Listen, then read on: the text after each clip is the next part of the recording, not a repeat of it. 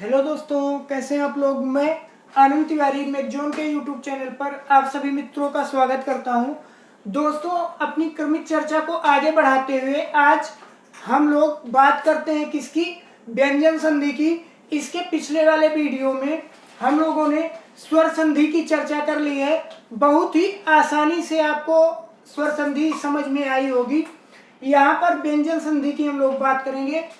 कुछ लोग ये कहते हैं कि व्यंजन संधि भैया बहुत कठिन होती है। मैं कहता हूँ एकदम आप बेफिक्र होकर देखिए, व्यंजन संधि आपको बेहतर समझ में आएगी। बहुत ही आसान होती है व्यंजन संधि।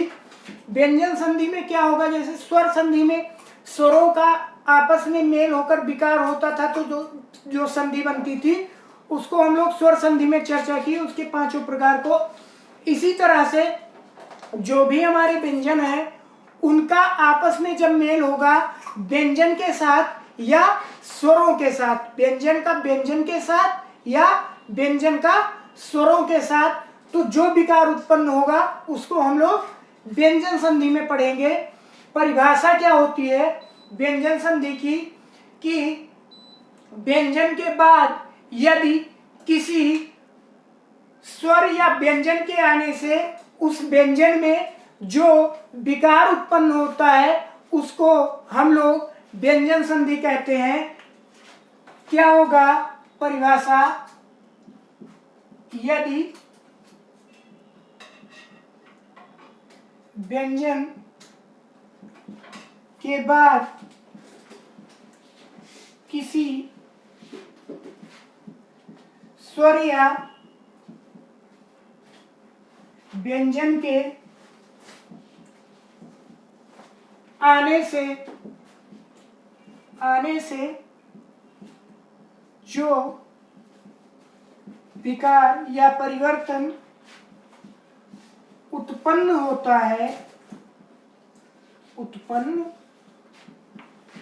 है उसे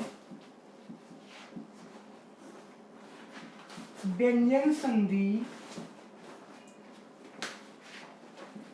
कहते हैं। उसे किसी व्यंजन के बाद यदि कोई स्वर आएगा या व्यंजन आएगा तो उनसे जो विकार उत्पन्न होगा उसकी चर्चा हम लोग व्यंजन संधि में करते हैं। इसका कोई प्रकार नहीं होता, नियम होते हैं। नियम देखिए, पहला नियम क्या होता है, नियम नंबर 1, मैं बोल दूं 3-5 करना, ठीक। आप बोलेंगे सर ये क्या बोल रहे हैं 3-5 करना, तो 3-5 करने का मतलब क्या हुआ कि यदि किसी वर्ग का तीसरा वर्ण, किसी वर्ग के जो तीसरे वर्ण होते हैं उसके पश्चात यदि कोई भी व्यंजन आएगा, या यूं कहें कि किसी वर्ग का पहला जो वर्ण होता है, पहला वर्ण क्या होता है, क्या करना है इसमें, पहले वर्ग का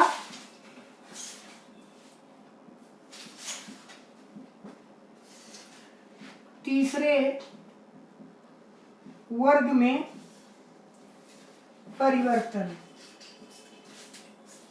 पहले वर्ग का तीसरे वर्ग में परिवर्तन।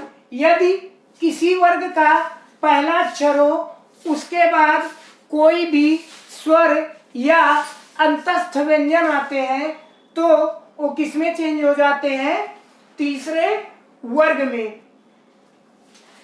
पहला किस, सबके पहले वर्ग का पहला वर्ड कौन होता है, क, च, ट, त, प। इनका अगर मैं स्वर या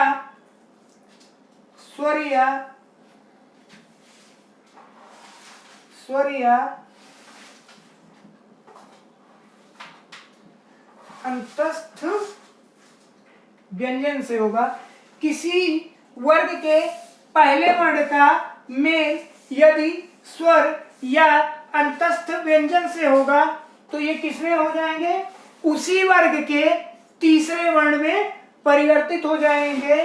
तो तीसरा वर्ण कौन कौन सा होता है, का, ग, च का, ज, ट का, ड और ता का द और पा का ब। ठीक, तो पहला वर्ण स्वर या अंतस्थ व्यंजन का जब योग होगा तो उसी वर्ण के तीसरे वर्ण में बदल जाएंगे। उदाहरण देखिए, जैसे उदाहरण देखिए,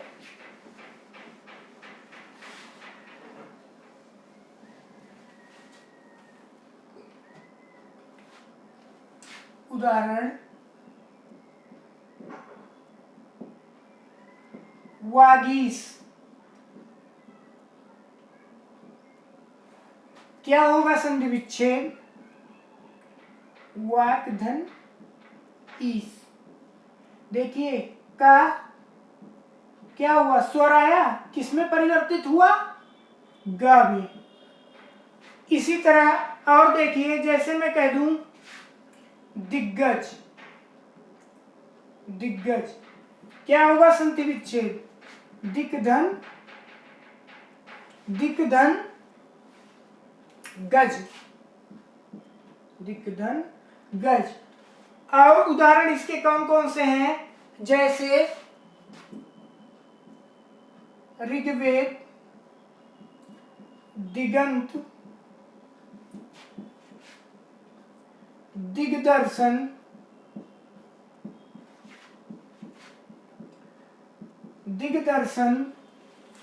दिगंबर,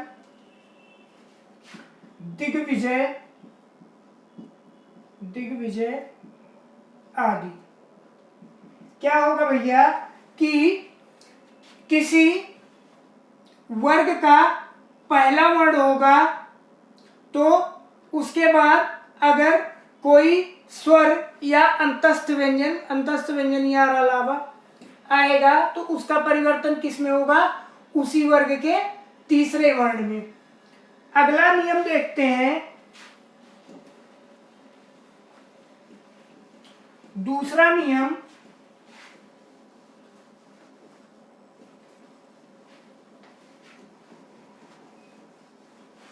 दूसरा नियम क्या होता है?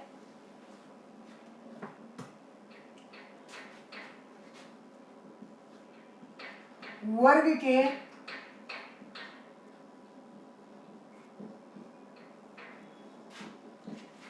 पहले वर्ण का पांचवें वर्ण में परिवर्तन। इसमें क्या होता है कि यदि किसी वर्ग का पहला वर्ण उसका मेल अनुनासिक वर्णों से होता है तो वो क्या होता है? उसी वर्ग के पांचवें वर्ण या जिसको हम लोग कह दें अनुनासिक ध्वनि होती है उसमें बदल जाता है। क्या होता है? यदि किसी वर्ग का पहला वर्ण क च ट त प इसका मेल उसी वर्ग के क्या होता है?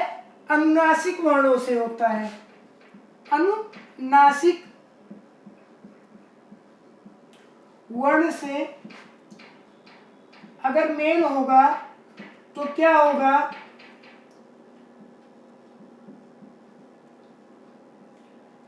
अनुनासिक ध्वनि में बदल जाएगा, परिवर्तन हो जाएगा। जैसे उदाहरण देखिए,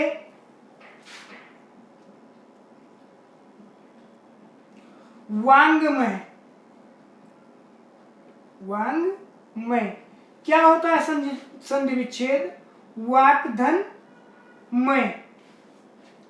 तो देखिए पहला वर्ग है, पांचवें वर्ण या अनुनासिक वर्ण से मेल हुआ तो क्या हुआ? उसी के पांचवें वर्ण में परिवर्तित हो गया। और जैसे उन्मत्त, क्या होगा संधि विच्छेद? उत धन मत। देखिए पहला वर्ण है, पांचवें वर्ण से मेल हुआ या अनुनासिक वर्ण से मेल हुआ, किसमें बदला? अनुनासिक ध्वनि में। और क्या क्या है इसके उदाहरण, जैसे षण्मुख, षण्मुख,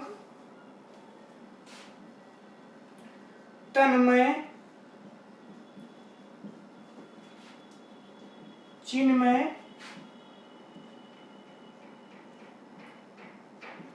जगन्नाथ आदि।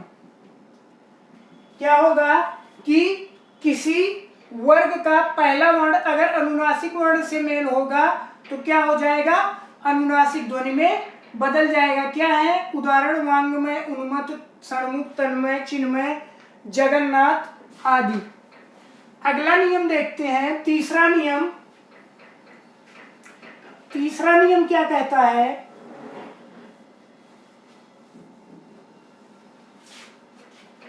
तीसरा नियम क्या कहता है,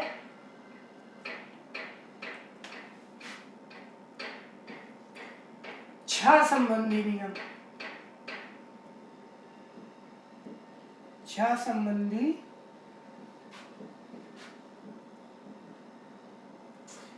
अब छ संबंधी नियम क्या होता है कि यदि ह्रस्व या दीर्घ स्वर का मेल, यदि ह्रस्व या दीर्घ का मेल छ से होता है तो छ के पहले हम लोग चा जोड़ देते हैं। क्या होता है इसमें, यदि ह्रस्व या दीर्घ का मेल छ से होता है, छ से होता है तो हम लोग क्या करते हैं, छ के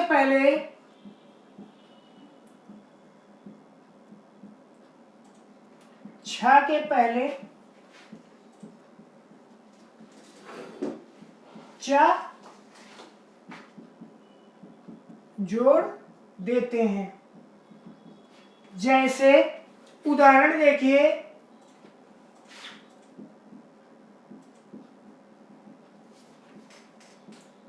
छत्रक छाया, संधि विच्छेद क्या होगा, छत्रधन छाया। ह्रस्व के बाद छाया, छ के पहले क्या जुड़ गया, चा जुड़ गया। और उदाहरण देखिए, जैसे विच्छेद, क्या होगा संधि विच्छेद, विधन छेद। तो क्या हुआ, ह्रस्व स्वर आया, उसके बाद छ आया, छ के पहले क्या जुड़ गया, च जुड़ गया। और क्या क्या है, जैसे उदाहरण, और उदाहरण क्या है, जैसे वृक्ष छाया, परिच्छेद, परिच्छेद, अनुच्छेद, अनुच्छेद आदि। तो छ संबंधी नियम क्या होता है, यदि ह्रस्व या दीर्घ का मेल छ से होता है तो छ के पहले हम लोग चा जोड़ देते हैं। उदाहरण, जैसे छत्रक छाया, विच्छेद, वृक्षक छाया, परिच्छेद, अनुच्छेद आदि। अगला नियम क्या होता है, चौथा नियम, इसको हम लोग बोलते हैं ता संबंधी, ता संबंधी नियम। ये क्या होता है, इसमें होता है भैया, अगर ता है, ता का जो मेल होता है चा या छ से होता है तो ये चा में, चा छ से होगा तो चा में, जा झा से होगा तो जा में, टा ठा से होगा तो टा में, टा ठा से होगा तो टा में, डा ढा से होता है तो डा में, और ला से होता है तो ला में बदल जाते हैं। यानी अब आप अगर कहिए का खा से होगा तो का में बदल जाएगा, ऐसा नहीं होता। सिर्फ इन्हीं पांचों में लागू होते हैं कि ता के बाद अगर चा छा से मेल होगा तो चा में, जा झा से होगा तो जा में, टा ठा से होगा तो टा में, डा ढा से होगा तो डा में, ला से होगा तो ला में परिवर्तित हो जाएंगे। यानी कि चा छा में जो बड़ा भाई होगा बड़े भाई में बदल जाएगा। चा छा में बड़ा कौन? चा पहले आता है तो बड़ा है। जा झा में कौन? जा। टा ठा में कौन? टा। डा ढा में कौन? डा।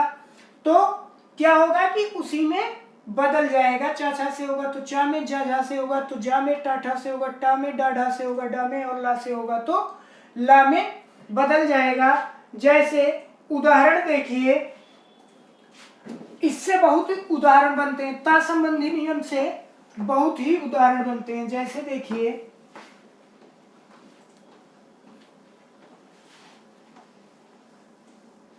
क्या है उदाहरण? जैसे उच्चारण, उच्चारण क्या होगा? संधि विच्छेद, उत्धन चारण। देखिए ता के बाद क्या आया? चा आया, किसमें परिवर्तित हुआ? चा में। जैसे उज्ज्वल क्या होगा? संधि विच्छेद, उत्धन ज्वल।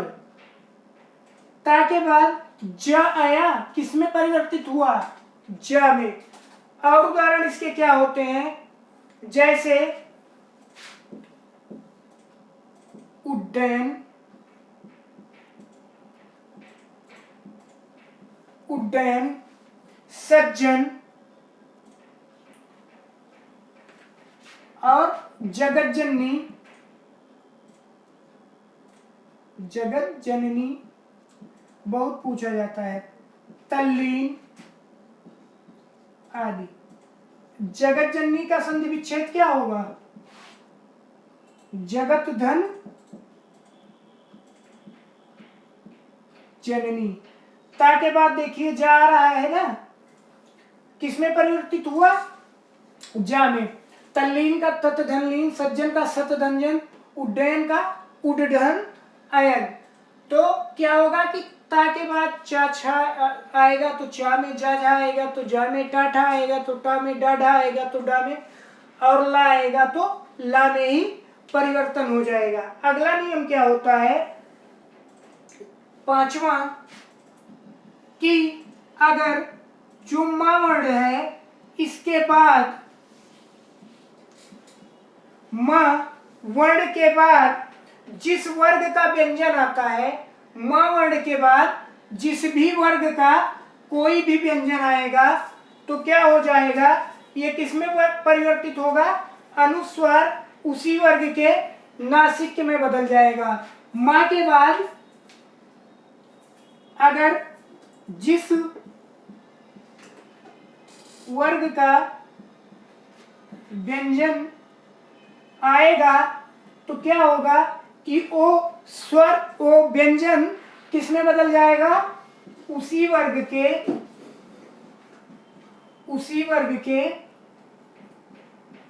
नासिक में, उसी वर्ग के नासिक में। यानी कि उसी वर्ग का जो पंचमाक्षर होता है। कौन कौन सा पंचमाक्षर? ड, इय, ड़, म और न, इसमें परिवर्तन हो जाएगा। जैसे उदाहरण देखिए आप लोग, जैसे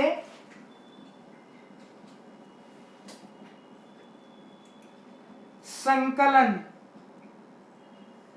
क्या होगा? संधि विच्छेद, संकलन का समधन कलन। मां के बाद का आया, किसमें परिवर्तित हुआ? पंचमाक्षर या नासिक में, या क्या कहते हैं? अनुस्वार में, या अनुस्वार में परिवर्तित हुआ। जैसे कहते हैं संगति, क्या होगा? संधि विच्छेद, समधन गति। ठीक। और उदाहरण इसके क्या क्या है, जैसे संपूर्ण, परंतु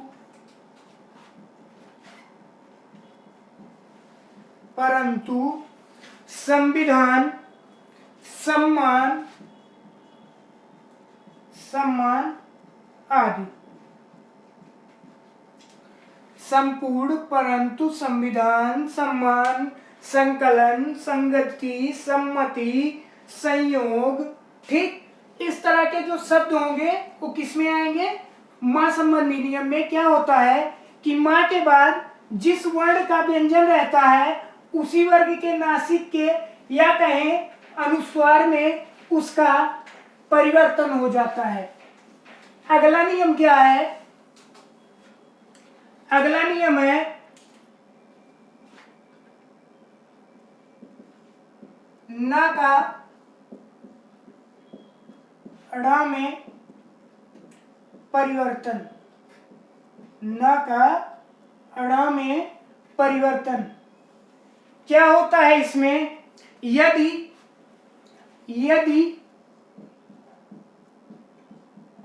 री, रा और सा, यदि री, रा या सा के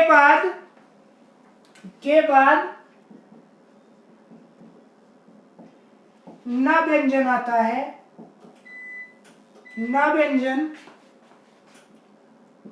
आता है, तो क्या होता है, दोनों का ण हो जाता है, दोनों का ण हो जाता है। जैसे उदाहरण देखिए, जैसे कहिए प्रणाम, प्रणाम क्या होगा, संधि विच्छेद, प्राधन मान, प्राधन मान, तो प्रणाम हो गया। जैसे हरण हो गया, क्या होगा, संधि विच्छेद, हरधन ना। तो यदि री, रा, सा के बाद ना व्यंजन आएगा तो दोनों का ड़ा हो जाएगा। जैसे प्रणाम, हरण। और देखिए जैसे ऋण, क्या होगा, संधि विच्छेद, रिधन न। क्या क्या होगा, और जैसे भरण, परिणाम, भरण, परिणाम, शोषण, किंतु, कृष्ण आदि। क्या क्या होगा उदाहरण, प्रणाम, हरण, ऋण, भरण, परिणाम, शोषण, किंतु, कृष्ण, विष्णु, तिष्ठा, बहुत सारे हैं, ये हो जाएगा। आगे देखिए क्या है, सा का सा में परिवर्तन, सा का सा में परिवर्तन। इसमें क्या होता है कि यदि जो हमारा सा व्यंजन है उसके पहले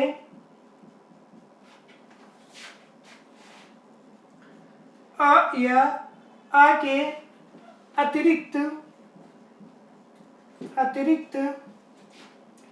कुछ आता है, मतलब ये आ नहीं होना चाहिए, उसके अतिरिक्त चाहे जो हो, अगर आएगा तो जो सा होगा उसका सा में परिवर्तन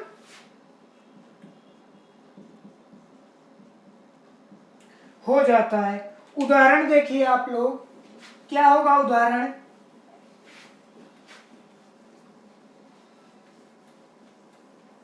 जैसे